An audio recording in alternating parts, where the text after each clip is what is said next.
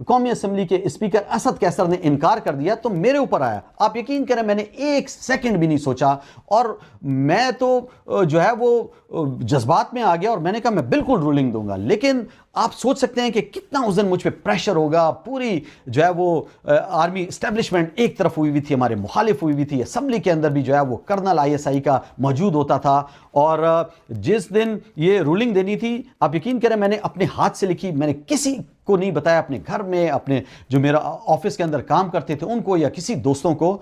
और वो रूलिंग मैंने लिखकर उसकी एक कॉपी जो है वो मैंने अपनी बाएं पांव की जुराब के अंदर छुपा ली जब मैं रूलिंग देने जा रहा था। मैंने कहा कहीं इस तरह नहीं हो कि मुझे शक हो जाए एजेंसीज को, ISI को, और वो मेरी तलाशी ले ले, जो रूलिंग मैंने पढ़ दी है वो ले ले। लेकिन जब मैं इजलास में गया तो वही मैंने पाँव से निकाल कर वो मैंने रूलिंग पढ़ी थी, ये मैं आज आपको बता रहा हूँ।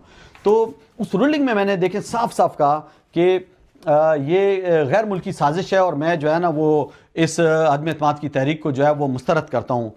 तो आप सोचें कि अरबों रुपए की ऑफर, लोगों के ज़मीर खरीदे जा रहे हैं। लेकिन इमरान खान साहब ने शुरू से हमें समझाया था कि कभी भी अपनी कीमत नहीं लगाना, जो कभी भी अगर तुमने कीमत लगाई तो तुम सिफर हो जाओगे। तो हमारे दिमागों में था, हम एक तब्दीली के लिए आए थे, नई सियासत करने आए थे, स्टेटस को के खिलाफ आए हुए थे और वो अल्लाह ने काम लेना था। देखें वो मैंने रूलिंग दी और आप देखें कि जैसे ही रूलिंग दी तो सुप्रीम कोर्ट ऑफ पाकिस्तान ने सो मोटो एक्शन ले लिया। 5 रुकनी बेंच बन गया।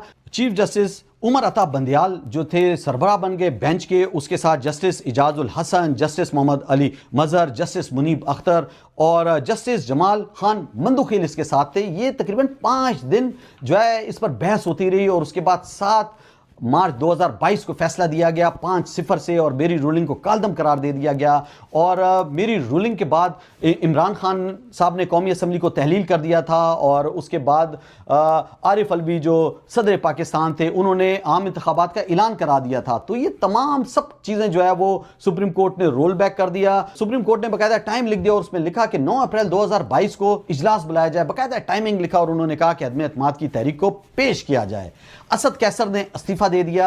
इमरान खान साहब ने आखिरी काबीना का जो इजलास बुलाया था 8 अप्रैल 2022 को, उसमें डीक्लासिफाई कर दिया साइफर को और कैबिनेट डिवीजन से सेक्रेटरी सुखेरा साहब थे, उन्होंने जो है वो भेजा साइफर कौमी असम्बली में। असद कैसर उस टाइम गाउन पहने हुए थे जो वो साइफर आया और असद कैसर जो है वो रात के टाइम तकरीबन गए और उन्होंने वहाँ पे जाके कहा कि मैं इस्तीफा देता हूँ और उन्होंने कौमी असम्बली से इस्तीफा दे दिया। उसके बाद मैं जो है वो एकदम ऑटोमेटिक एक्टिंग स्पीकर कौमी असम्बली बन गया, वो मेरे पास आ गया।